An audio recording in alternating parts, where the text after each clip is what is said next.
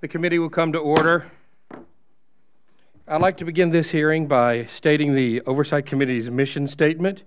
We exist to secure two fundamental principles. First, Americans have a right to know that the money that Washington takes from them is well spent. And second, Americans deserve an effective, efficient government that works for them. Our duty on the Oversight and Government Reform Committee is to protect these rights. Our solemn responsibility is to hold government accountable to taxpayers because taxpayers have a right to know what they get from their government. We'll work tirelessly in partnership with citizen watchdogs to deliver the facts to the American people and bring genuine reform to the federal bureaucracy.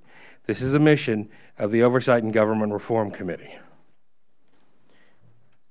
Today we're going to be talking about the Post Office. The Postal Service is broke. In the last 2 years alone, the Postal Service has defaulted on $16.7 billion in payments to the Treasury to pay down accrued retiree health care liability. In recent years, the Postal Service has also temporarily ceased making statutory required pension funding payments to the government. Then, this year, the Postal Service was forced to resort to an implementation of an unprecedented exigent rate increase as part of a last-ditch effort to break even.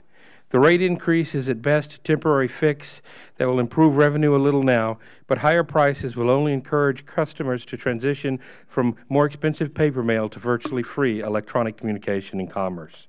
Over the last several years, a number of reform plans have been put forward to serve the Postal Service and to save the Postal Service, some good, some bad.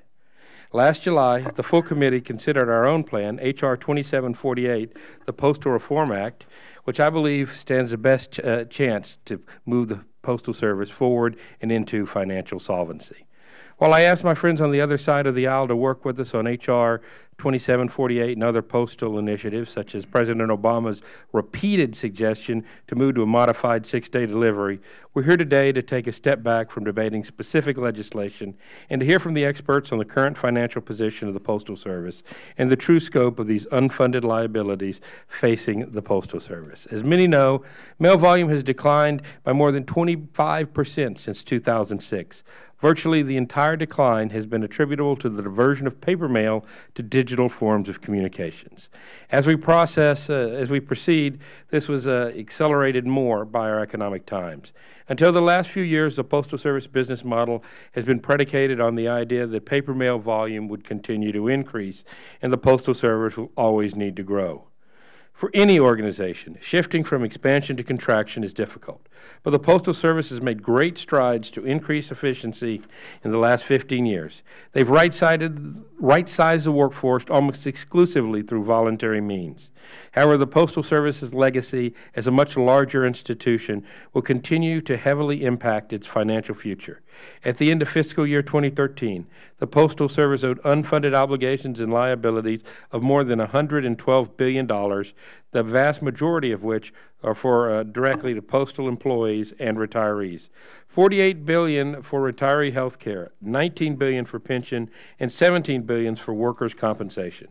As we'll hear today, even if the Postal Service is able to break even in the short term, the agency has no plan under current law to ever address even a small fraction of these liabilities.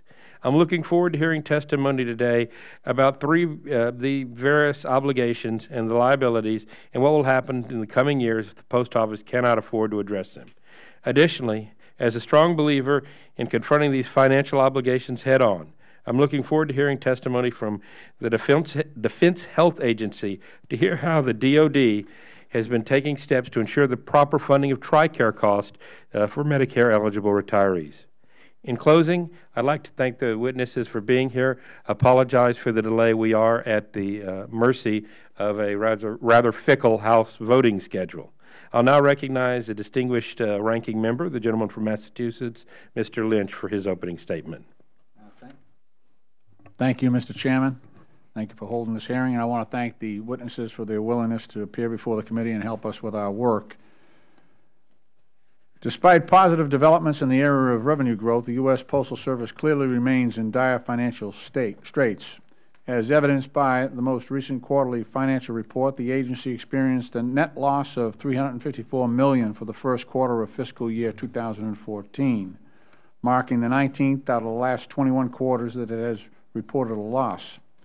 The Postal Service has also notified Congress that absent the enactment of comprehensive postal reform, it will be forced to default on its annual future retiree health benefit payment when a $5.7 billion bill becomes overdue on October 1st. This would be the fourth consecutive such default.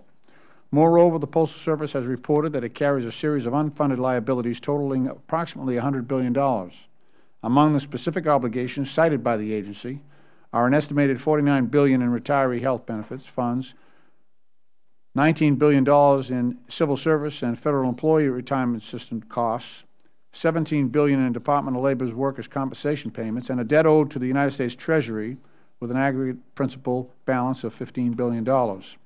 These figures not only evidence the financial condition of the U.S. Postal Service, and that is still grave, but also reiterates the urgent need for Congress to enact a meaningful postal reform package that is founded on bipartisan agreement and aims to strengthen the Postal Service by building upon its unparalleled mail network and dedicated workforce. In the context of today's focus on unfunded postal liabilities, I would note that we could immediately and significantly reduce the Postal Service net unfunded liability by addressing the billions of dollars in overpayments that the agency has made into the Federal Employee Retirement System. In particular, we could require the Office of Personnel Management to recalculate the amount of Postal Service FERS payment, overpayment actually, using a more accurate actuarial formula that takes into account the unique position, salary growth, and demographic characteristics of postal employees. As reported by the Office of the Postal Service Inspector General in September last year, the use of so-called postal-specific assumptions in calculating the Federal Employee Retirement System overpayment would result in a $12.5 billion surplus that could be returned to the Postal Service and used by the agency to pay down its debt and other outstanding obligations. I've already introduced legislation to this effect in the 113th Congress. H.R. 961, the U.S. Postal Service Stabilization Act, has received over 160 co-sponsors, including 10 Republicans, and I urge the committee to move this bill forward. In addition, we need to revisit the onerous mandate that the agency pre-fund its future retiree health benefits 75 years before it is necessary. It is a requirement that is asked of no other corporation, public or private, and given that the Postal Service has already funded 49% of the actuarial liability relating to pre-funding, it is a requirement that has drastically reduced the agency's cash supply in recent years.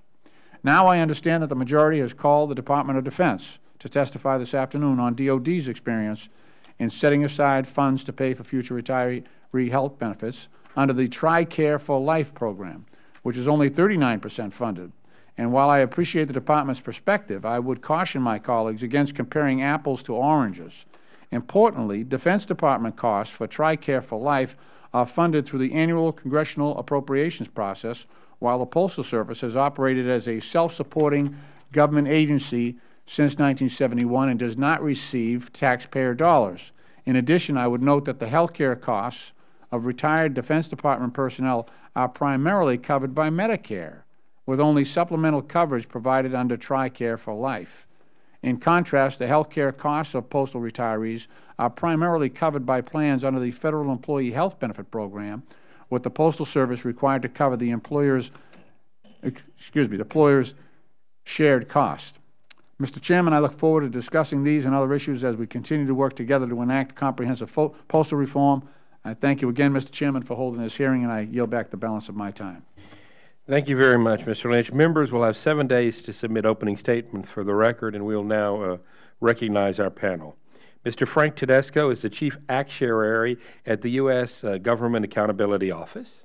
Mr. Jeffrey Williamson is Chief Human Resources Officer and Executive Vice President at the U.S. Postal Service. Mr. Robert Moss is Chief of Budget and Resource Management at the Defense Health Agency. And Mr. Joel Citron, did I get that right? Mr. Citron is the Chief Actuary in the office at the U.S. Department of Defense. I feel like I need green eye shades with all these actuaries, but we're excited to have your testimony. Pursuant to committee rules, all witnesses will be sworn in before they testify. Gentlemen, would you please rise and raise your right hand?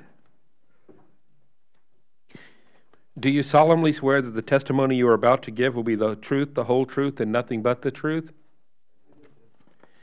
You may be seated. Let the record reflect that all witnesses have answered in the affirmative. Now, in order to allow time for questions and discussions, we ask that you limit your testimony to 5 minutes. We have your complete written testimony here in our folders. So if you'll summarize, hit the high points, and give us a chance to ask you questions, be the most efficient use of the time. In front of you, you'll have a timer that will count down from 5 minutes. When you're about to run out of time, the light will go from green to yellow, which, as it does on the streets, means speed up, and then the red light means stop. Your time is expired. So we'll start off with Mr. Tedesco. Your 5 minutes begins now. Chairman Farenthold, Ranking Member Lynch, members of the subcommittee, thank you for the opportunity to testify today on the Postal Service's unfunded liabilities. The Postal Service continues to face serious financial challenges with insufficient revenue to cover its expenses and financial obligations and the continuing decline in first-class mail volume. As shown in Table 1 of our written testimony, the Postal Service had $100 billion of debt and unfunded benefit liabilities at the end of fiscal year 2013, consisting of $48 billion for retiree health, $20 billion for CSRS pension, $17 billion for workers' compensation, the $15 billion debt to Treasury, and a small surplus, $500 million for FERS pensions. As shown in Figure 1 of our written testimony, the total of these unfunded liabilities and debt has grown in scale relative to the size of the Postal Service's operations, from 83% of postal revenue in 2007 to 148% in 2013. The extent of pre-funding varies by program. Pre-funding of the Postal Service's pension benefits has been required over decades, so that they are over 90% funded. Pre-funding of retiree health only began in 2007, and the liability is about half funded at present. Workers' compensation is pay-as-you-go, so the entire liability is unfunded. The three programs that are pre-funded, CSRS, FERS, and retiree health, are all subject to different technical rules regarding such factors as amortization periods, assumptions, and use of surplus. It should be understood that these benefit liabilities are long-term estimates that contain a significant degree of uncertainty. As such, they are moving targets, but they are still important targets as they represent estimated bills for employee service already rendered. There are several advantages to having the Postal Service pre-fund retirement benefits. These include, first, protecting the future viability of the Postal Service by not saddling it with bills later on after employees have already retired. Second, protecting the retirement benefits of postal employees, retirees, and their beneficiaries. Fully funded benefits are more secure than unfunded benefits. Third, charging postal ratepayers for the full cost of current services, including retirement accruals. And fourth, protecting any third parties that could potentially become responsible for any unfunded liability. That said, no pre-funding approach will be viable unless the Postal Service can make the required payments. There is a balance between providing short-term breathing room and protecting all stakeholders in the long term. In our prior reports, we have addressed several specific issues concerning the pre-funding of the Postal Service's pension and retiree health benefits. Our points have included, first, support for the use of actuarial assumptions that are specific to the postal workforce, subject to third-party recommendation. Second, support for modifying the retiree health pre-funding schedule in a fiscally responsible manner. Third, concern about lowering the retiree health pre-funding target from 100% to 80%, which would mean a permanent unfunded liability. And fourth, fixing the current law treatment of FERS surplus in a fiscally responsible manner. We made specific suggestions in each of these areas that I would be happy to discuss. Ultimately, the viability of funding promised benefits depends on the financial viability of the Postal Service's underlying business model. We continue to recommend that Congress adopt a comprehensive package of actions that will facilitate the Postal Service's ability to align costs with revenues and to cover all of its financial obligations. This concludes my prepared statement. I would be pleased to answer your questions. Thank you very much. We'll finish with the testimony before we get to questions. We'll now go to Mr. Williamson. Good afternoon, Chairman Farenthold, Ranking Member Lynch, and members of the subcommittee. My name is Jeffrey Williamson, and I am the Chief Human Resources Officer and Executive Vice President at the U.S. Postal Service. Thank you, Mr. Chairman, for calling this important hearing today to discuss the Postal Service's unfunded liabilities.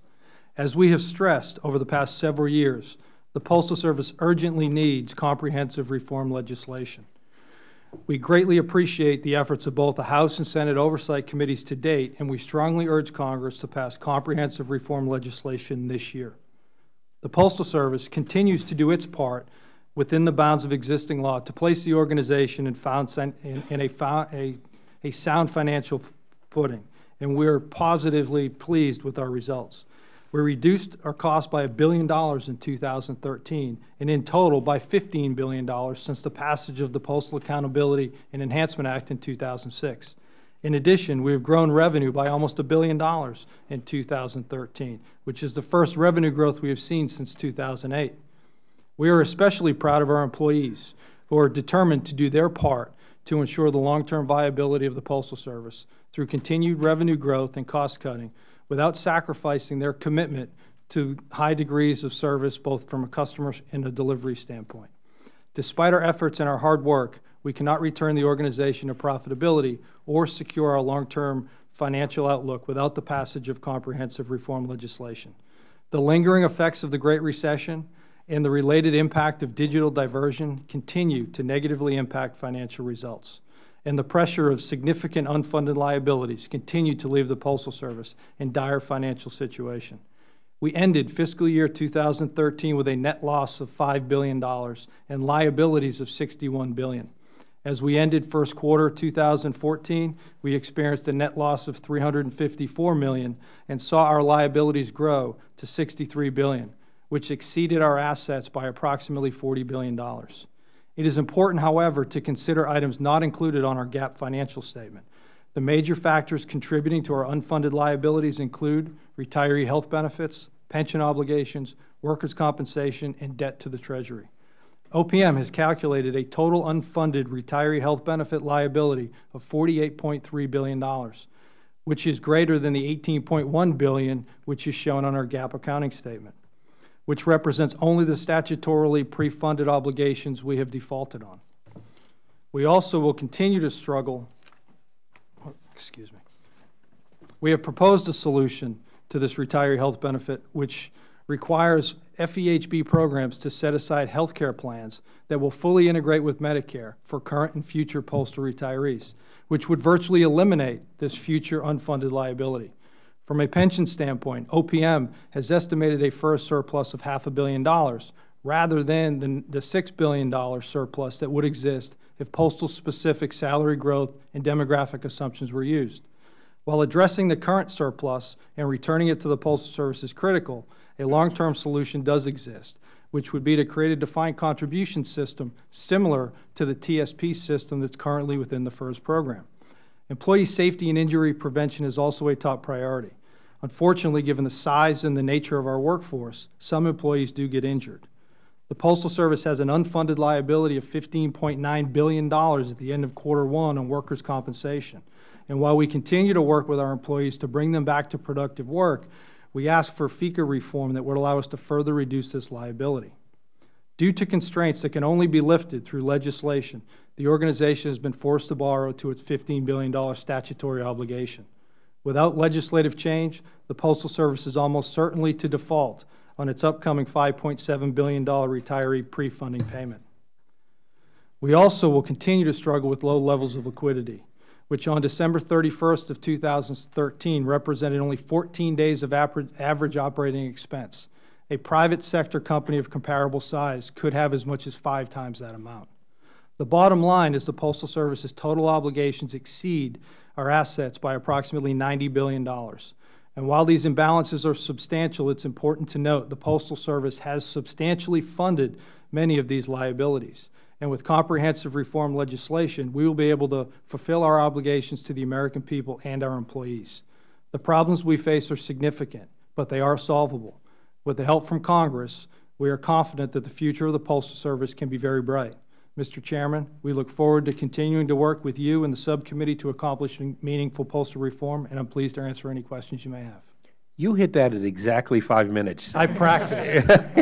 I'm saying this may be the best timed testimony I've seen in my 3 years in Congress. Congratulations. Thank you. It's my understanding our two folks from the DOD actually are only going to do one set of prepared testimony, and Mr. Moss, I believe we're going to go to you for that.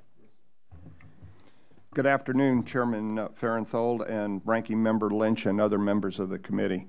The Department of Defense thanks you for the opportunity to be here today to discuss the operation of our Healthcare Liability Trust Fund.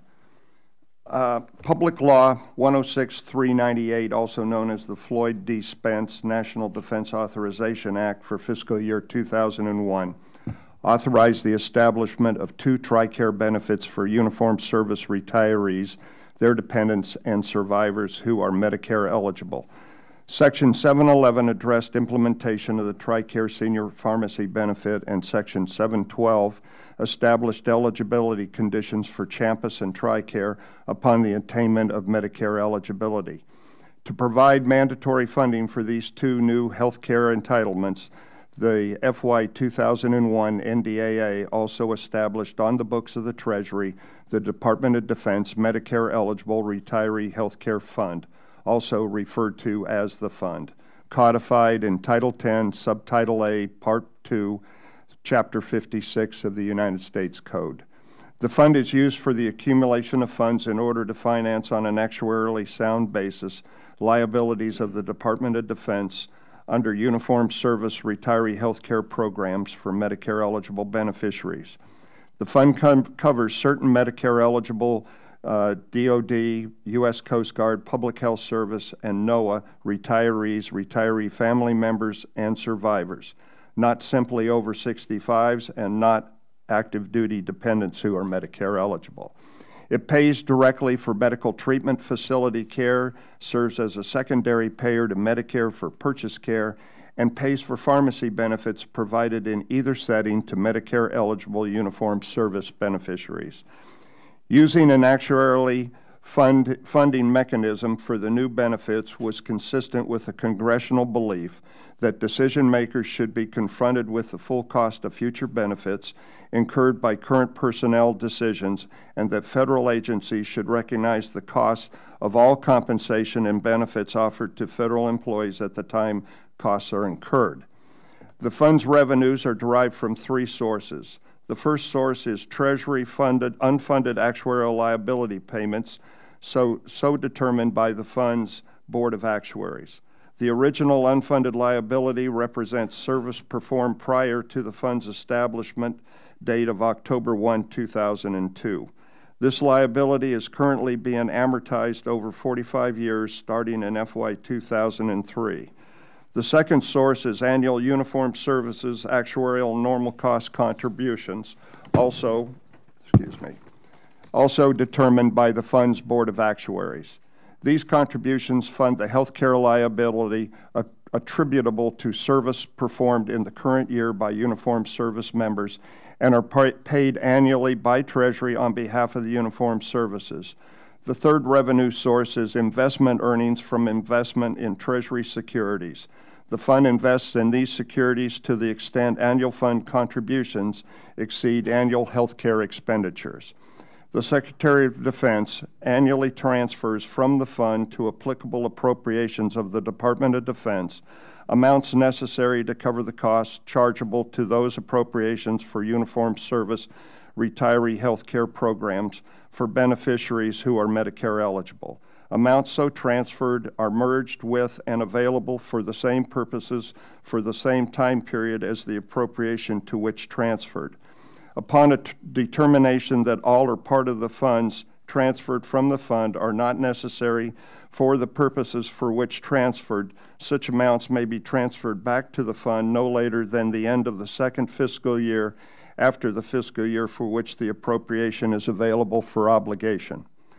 The FY 2001 NDAA also directed the establishment of a Medicare-eligible retiree health care board of actuaries. The board consists of 3 members who are appointed by the Secretary of Defense from among qualified professional actuaries who are members of the Society of Actuaries. The members of the board serve for a term of 15 years. The board reports to the Secretary of Defense annually on the actuarial status of the fund and furnishes its advice and opinion on matters referred to by the Secretary. It also reports not less than once every 4 years to the President and Congress on the status of the fund. One of its primary responsibilities is the actuarial-based computation of the Treasury's amortized payment against the unfunded liability and the uniformed services normal cost contribution. That concludes my statement. I'm happy to answer any questions you may have. Thank you. Thank you very much, and you went less than 10 seconds over. We have a great panel here. Thank you all very much for being more considerate of our time than we were with yours with the unscheduled votes. I'll now recognize myself for some questionings, and then we'll go to Mr. Lynch and the other members of the committee. Mr. Tedesco, there was an editorial in the Wall Street Journal last week. Senator Bernie Sanders of Vermont said Congress in 2006 passed legislation that required the Postal Service to pre-fund over a 10-year period 75 years worth of future retirement benefits. Is that accurate? No, Mr. Chairman, that's not quite accurate. There's been some misunderstanding about that, which we addressed in our 2012 report on this topic. There's no set number of years that that is pre-funded for. What is actually pre-funded, the funding target consists of all the estimated future payments for those who are already retired, and for those who are still working, current postal employees, a more or less pro rata portion of their future benefit payments based on their term of service so far. That means some of those payments will go beyond 75 years because some of the current workers will live beyond 75 years from today, but it also does not include some payments that will be made in less than 75 years. Okay. So that's an approximation. The other point about that is it's not being funded in a 10-year period. The funding schedule in the 2006 law was over 50 years or more, although it was somewhat front-loaded in the first 10 years. All right, so I just wanted to make sure we'd gotten that clear. Mr. Williamson, I agree. You've got some great employees at the Postal Service. I'm friends with my letter carrier. I don't see him nearly as much now that I'm here in Washington. The only time I get frustrated is when there's a long line at the post office, and that's not your fault. It's because people refuse to mail early at Christmas, just like I do.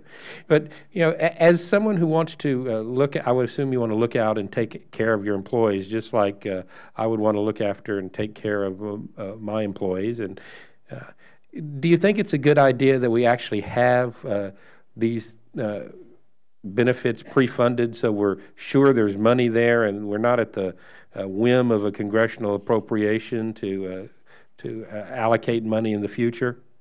Mr. Chairman, we absolutely agree. In fact, as I said in my opening statement, it's extremely important to us to be able to fund our requirements and maintain the commitments that we've made to our employees out into the future.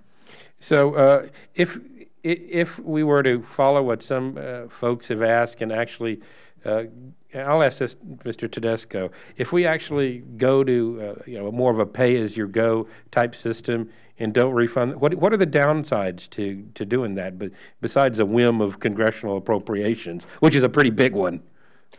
Well, given that the Postal Service is intended to be a self-sustaining agency, to the extent there are unfunded liabilities, there's always a concern about whether those will be able to be funded in the future. And so mail volume's going down, right? So it's not like there's going to be, unless there's some sort of major paradigm change, there's not going to be more money coming into the Postal Services in the foreseeable future. Would that be an accurate forecast? What has happened over the last number of years is that these obligations have grown in size relative to the size of the organization supporting it. So and Mr. Williams, you'd agree that you don't really see a turnaround in mail volume, though we may have some revenue enhancement opportunities elsewhere. Well, I think there's a couple areas within mail volume. With first-class single-piece letters, it is unlikely for first-class single-piece letters to continue to, or will continue to decline, to rise. However, with standard mail, with advertising mail, some of the innovative things we're doing there, it is likely that we can maintain that volume in the system, and then the package growth in the organization. But you don't think that would be enough if it would go on a pay-as-you-go basis without massive rate increases to pay the accrued retiree benefits? Well, I think the important element here is, as Mr. Tedesco mentioned earlier, we are 91% funded on our CSRS obligation. We are overfunded on our FERS obligation. And we do have a plan that would allow us to virtually fully fund our retirement health care obligation. So from a Postal Service standpoint, we view that we have solutions and plans that would allow us to fully fund those obligations. So you'd like to see some of the postal reform we're talking about here come to be, That is make correct. it through. Yes. All right. I'll now go to Mr. Lynch and allow him his chance to do some questions. All right. Thank you, Mr. Chairman. Let me just follow up on the pay-as-you-go sort of scenario. From 1970 to 2006, we were on a pay-as-you-go. When I say pay-as-you-go, what I mean is I sat on a pension fund for the iron workers. We had to make sure that our obligations were met as they arose. So that's what I mean as a pay-as-you-go system, in case there's some question about that term. Okay, so if we look at the let's look at the obligations of the FERS situation first. The Office of Personnel Management's most recent calculation estimated that the Postal Service had overpaid its FERS pension account by approximately $500 million. This surplus has significantly decreased since 2011, when it was reported that the surplus was $11.4 billion. The key here is, however, that we would like to use demographics specific to postal employees, because there's a lot of ups and downs in private industry. I know I was in the construction industry. Work was very choppy, but for most of our postal employees, they go in there, they go to work, they have a set number of hours they work each week. There's no ups and downs in the economy, basically, that disrupts that postal service. Got to get the mail out every single week. And we had the Hay Group reported that the total using postal-specific demographics, that the surplus could be as high as $12.5 billion. Mr. Tedesco, are you familiar with that? Yes, I am. Is that, are you in agreement with sort of the calculation there, or is that off base here? Well, we haven't analyzed their calculation. It's plausible that it could turn out that way, and we do support the use of postal-specific assumptions. Okay, that would result in a more accurate number. Yes, that's right. Okay, Mr. Williamson, why would that be important? Could you elaborate on why it's important to use the postal-specific characteristics in determining what the FERS overpayment or the unfunded liability might be? No, absolutely. From our perspective, using assumptions that match our workforce and our demographics, given we're self-sustaining and self-funding, makes sense when you think about what that true long-term liability and obligation is. So we support using the salary growth and demographic assumptions to calculate the FERS payment. Great. Mr. Williamson, would you support returning the surplus to the United States Postal Service? Yes. And Mr. Tedesco, is it correct that Congress has not yet instructed OPM how to deal with any surpluses generated within the FERS pension account? That's correct, Congressman. Under current law, the Postal Service cannot realize any financial benefit from that surplus. Okay, so, all right. Well, thank you. Would GAO support a one-time transfer of the surplus to go to paying down some of the liabilities? I've got a bill out there, not to ring my own bell, but under one of the bills I got, HR 961, we would actually cause the the transfer of the surplus to pay down some of these liabilities. Is that something you would support? To transfer the surplus to take care of the other unfunded Obligations, liabilities? yeah. Yes, we would. Yeah, for that, not to use it for operational, but for for paying down some of the debt that's outstanding? Yes, that makes complete sense from a holistic standpoint, yes. Has the GAO provided any legislative suggestions to how to deal with this? We haven't drafted any language, but we have offered a number of suggestions for how to deal with the surplus. Okay. I hate to drag the DOD in here, but they've already brought you in. Let me just ask, Mr. Moss, in your testimony you stated that under the DOD system those payments are derived from 3 sources. Is that correct? Yes, sir. Is any of those sources funded by congressional appropriations? The payment that the Department of Defense pays in to fund the normal cost contribution, that is part of their appropriated top line that comes to them each year. Okay, so so Congress appropriates money for you to meet your pre-funding requirement. That is correct. Okay, well that's quite different than what the Postal Service is dealing with. Mr. Williamson, does any of the Postal Service receive appropriations from Congress to meet its pre-funding liability? No, we do not. All right. So I think there's sort of apples and oranges here, but I see I've got 12 seconds left, so why don't I stop right there? Thank you. Thank you very much. We'll now go to our Vice Chair, Mr. Wahlberg, for questions. Thank you, Mr. Chairman. Mr. Tedesco, your testimony stated that GAO supports legislation that would shift USPS remaining retiree health care fixed payments to actuarially determined payments, which is a provision of both the House version and the Senate version, as I understand it, of the Postal Reform Act and the President's fiscal year 2015 budget proposal. But GAO has expressed concern about proposals that would lower the funding target for the retiree health care liability from 100% to 80%, something currently in the Senate version of the Postal Reform Act and in the President's fiscal year 2015 budget. If the funding targets are lowered, what happens if USPS doesn't have the funds set aside to pay the benefits? OPM has indicated that they're not sure legally what exactly would happen if those benefits can't be paid at some point. So there's uncertainty about that. So that just sits out there without it's out there. The ability to plan, or I mean, hypothetically, people could lose benefits. Taxpayers could be brought in, but we don't know exactly what will happen. I guess that went to my follow-up question: how might taxpayers be affected by the decision to lower funding targets? And you're saying we don't know. They could be brought in. That's right. OPM has told us they don't know. Okay. USPS, Mr. Tedesco, currently has an unfunded liability for retiree health care of $48 billion. How sensitive is this projection to the assumptions for medical inflation? And secondly, if, for instance, medical inflation increases by 1%, what happens to the size of the unfunded liability? The most recent, it's a highly sensitive number to those assumptions, Congressman, and the most recent estimates are that if medical inflation were, say, 1% higher, the unfunded liability would be somewhere on the order of $15 billion more than it is today. $15 billion.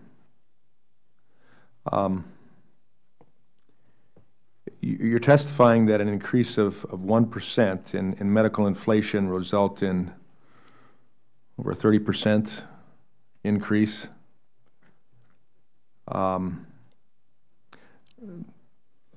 Does this sensitivity to medical inflation factor in GAO's recommendation that USPS fully fund the benefit? No, it doesn't. Our recommendation is really for other outside reasons. Of that. Is outside of that issue.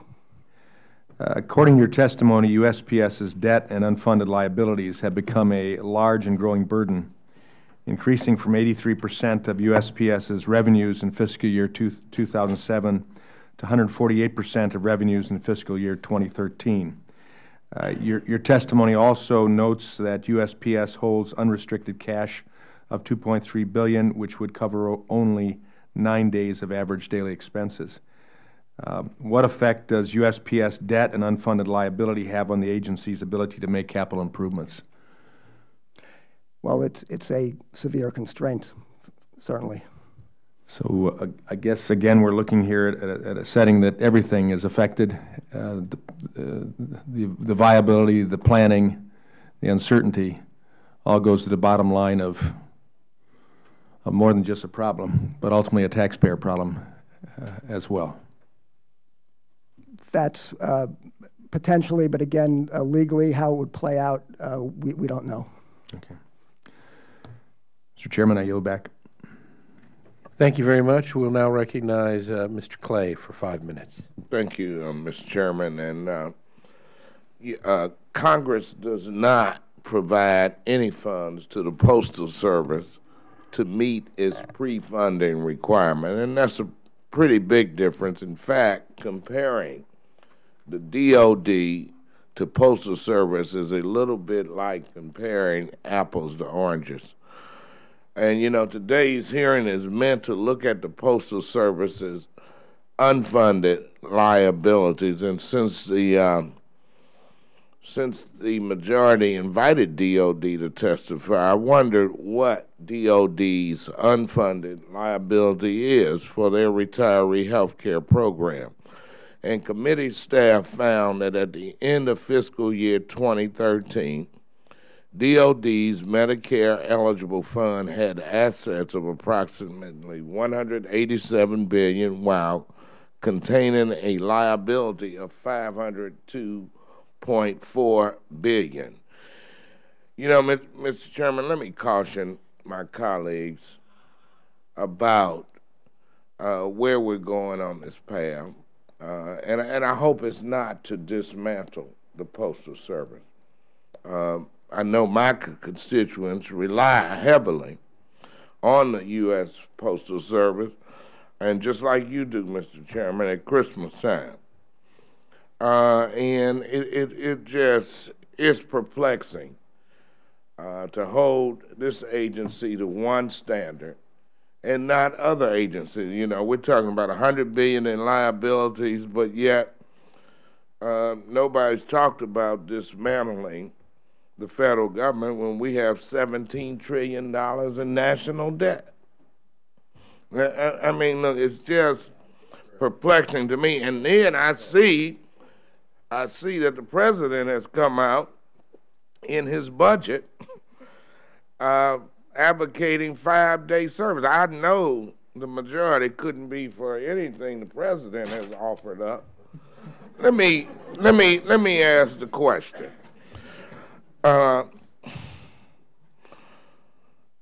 Since there's $502.4 billion in liability for DOD's Medicare eligible fund, is that correct, Mr. Moss?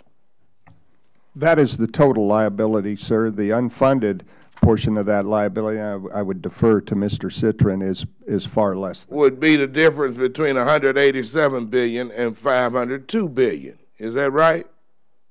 Yes, Mr. Citrin? Okay. You a mathematician. What's that, about $300 billion? Yes. Okay. $315 billion, right? Yes. Okay. At the end of fiscal year 2013, the Postal Service had assets of approximately $47.3 billion and a liability of approximately $95.6 billion. Is that correct, Mr. Williamson? That is correct. Based on these numbers, the Postal Service is 49% funded, while the DOD is just 39% funded. In other words, DOD's unfunded liability is much larger than the Postal Service's. So, Mr. Moss, should we be concerned that DOD will not be able to meet its unfunded liabilities, given that they are so much larger?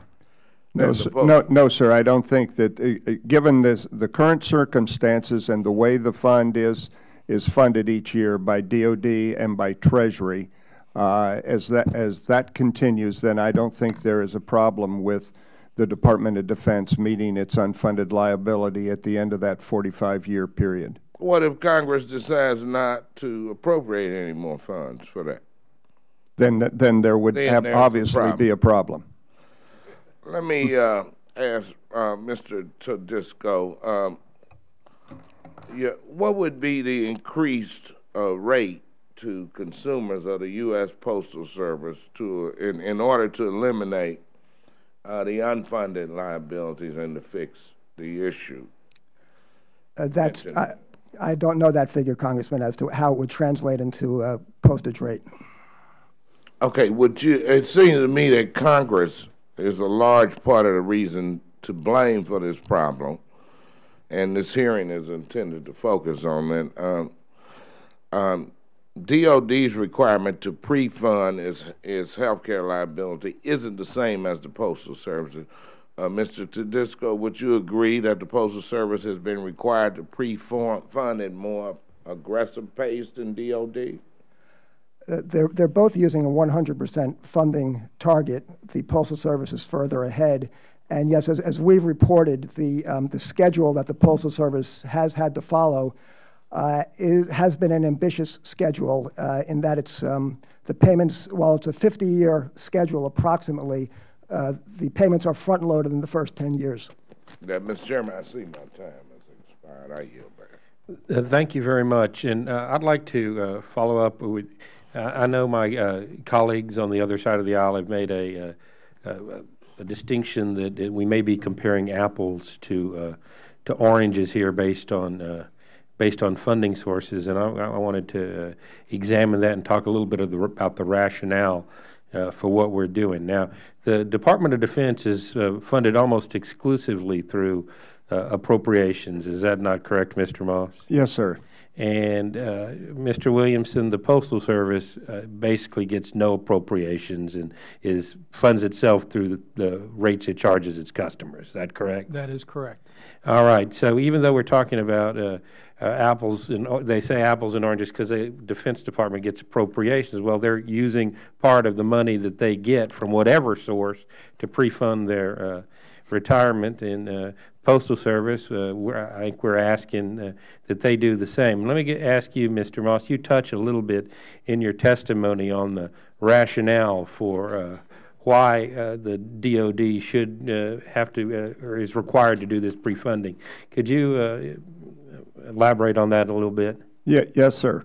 Prior to the establishment of the fund, whenever there was discussion about the funding of the old Champus program or TRICARE, it was primarily focused with the medics and looking at what were the additional benefits or the expansion of benefits that would be afforded to our beneficiaries.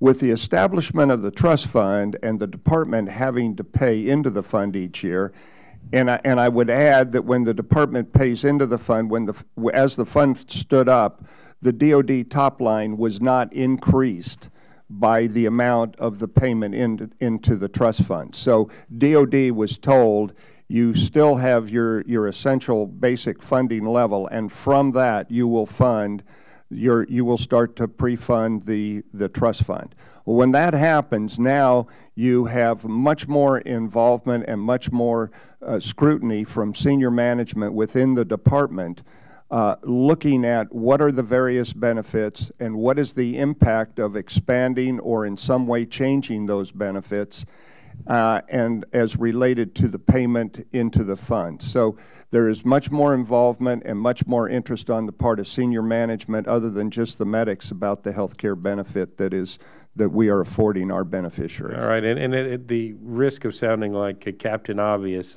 I had some folks from the post office in my office this week talking to me, and one of their talking points was that they're the only agency within the U.S. government that's required to pre-fund. Mr. Moss, is the Defense Department agency of the United States government?